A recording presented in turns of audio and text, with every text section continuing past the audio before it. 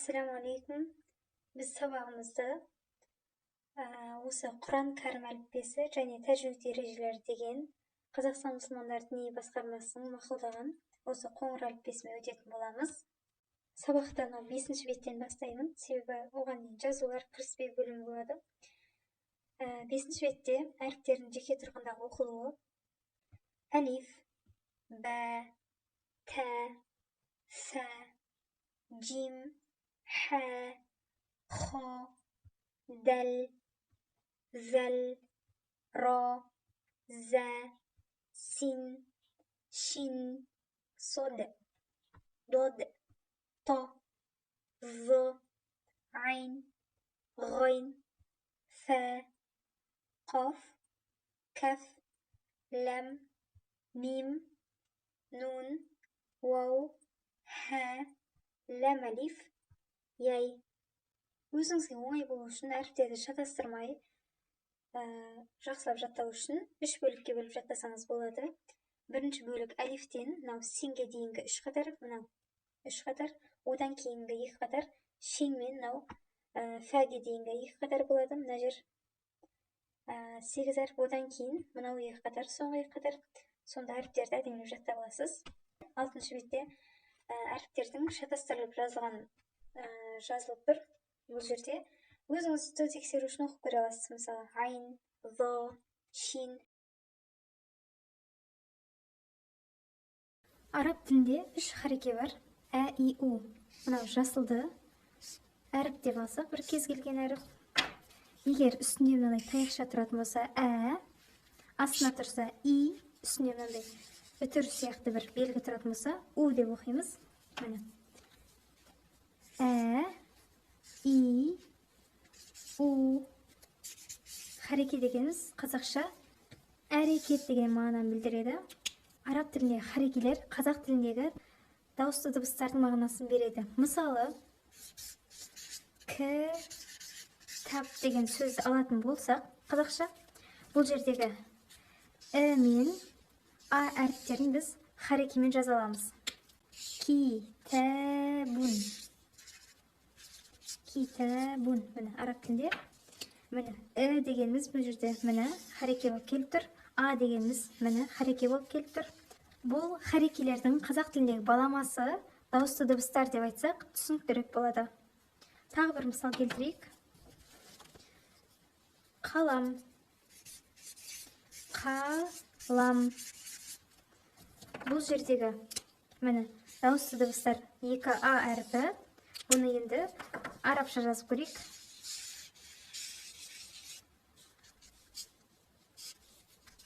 Қаламун. Міне дауысты дыбыстарымыз міне хареке болып келіп тұр. 7-ші бетте 3 харекенің оқылуы берілген. Ә, и, у. Ә, и, у. Бә, би, бу. Бә, би, бу. Тә, ти, ту. Тә, ти, ту. Сә, си, су.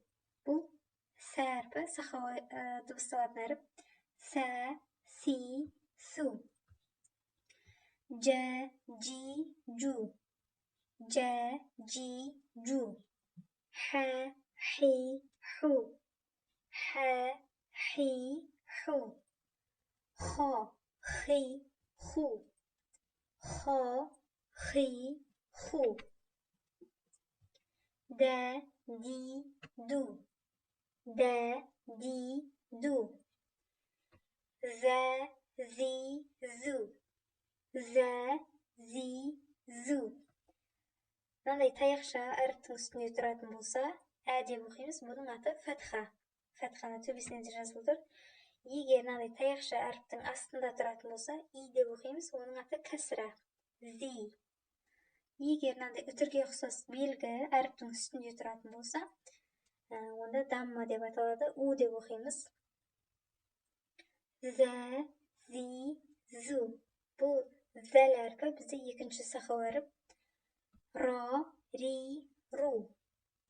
Ра әрпі жалпы жуан әріп, бірақ кәсірамен келетін болса, онда ри деп жіңішке дыбыстаймыз.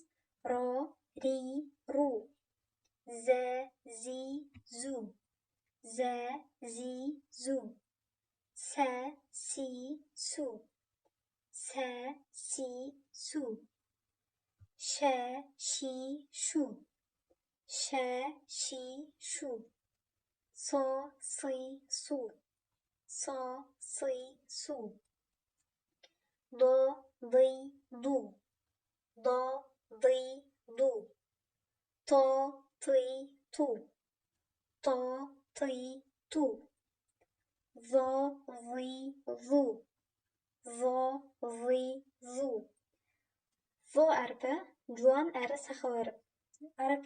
Араб әліппесінде жалпы 3 сақау әріп бар. Бірінші сә, екіншісі зәл, үшіншісі зо. Міне, осы үшеуін жазып қойсаңыз болады. Келесі әріп айн әрпі. Ри, ру. Ри,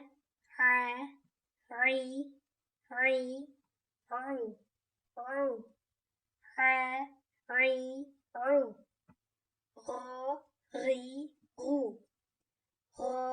Ри, ру. Фа, фи, фу. Фа, фи, фу.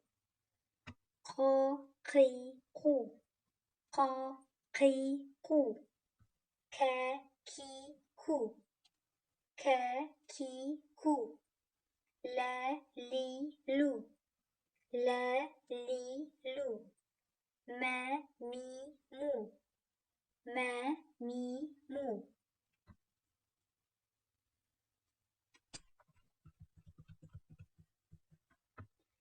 На, ни, ну. На, ни, ну. Уа, уи, у. Уа, уи, у. В және қазақша у әріптерінің дыбысталуына ұқсас, бірақ та в-ны анық шығармайсыз. У деп дыбыстаймыз. Уа, уи, у. Ерніңізді барынша алға созасыз. У. Ха, хи, ху. Ха, хи, ху. Я, и, ю. Я, и, ю. Келесі 8-ші бет. Әріптердің сөз басында, ортасында және соңында жазылуы делінген. Бұл бетке қатты тоқталып, бастапқыда қиын көрінуі мүмкін. Бірақтан бір оқып шығыңыз, одан кейін сөздерді оқыған кезде әріптерді жазылуына көзіңіз үйреніп кетеді. Бұл бетті өтіп кетемін. Сөздерді оқыған кезде көре жатарсыз. Бірінші бағана астына дейін оқылмайды. Екінші бағанадан бастап оқимыз. Ә, дә, бә. Ә, дә, бә. Міне, әріптердің үстіне келсе, ә дыбысымен оқимыз. Ә, дә, бә. Дә, ро, ә. Дә, ро, ә. Дә, ро, кә. Дә, ро, кә. Дә, ро, сә. Дә, ро, сә. Ро, зә, қо. Ро, зә, қо. Уә, ро, дә. Уә, ро, дә. Уә, ро, ә. Уә, ро, ә. Уә, зә, нә. Уә, зә, нә. Енді бұдан астыңғы сөздер. Алғашқысы бөлек жазылған, стрелкадан кейін бірігіп жазылған. Кәтәбә. Кәтәбә. Міне, біріккен түрі. Сәбәтә. Сәбәтә. Әріптерді жақсылап жаттасаңыз, нүктелерінен уже сіз қай әріп екенін ажырата алатын боласыз. Міне, сә үстінде 3 нүктесі бар. Бәнің астында 1 нүктесі бар. Бә әрпін көбінесе нун әрпімен шатастырады. Нунның нүктесі 1 нүкте. Ода да, бірақтан оның нүктесі үстінде, бәнікі астында. Сә, бә, тә. Нә, зә, лә. Нә, зә, лә. يدك يدك حسد حسد سجد سجد شرع شرع فسد فسد نصر نصر عرض عرض. Біздің сабағымыз бүгінге осымен аяқталады. Келесі сабақта кәсіра мен дамма харекелерін оқитын боламыз.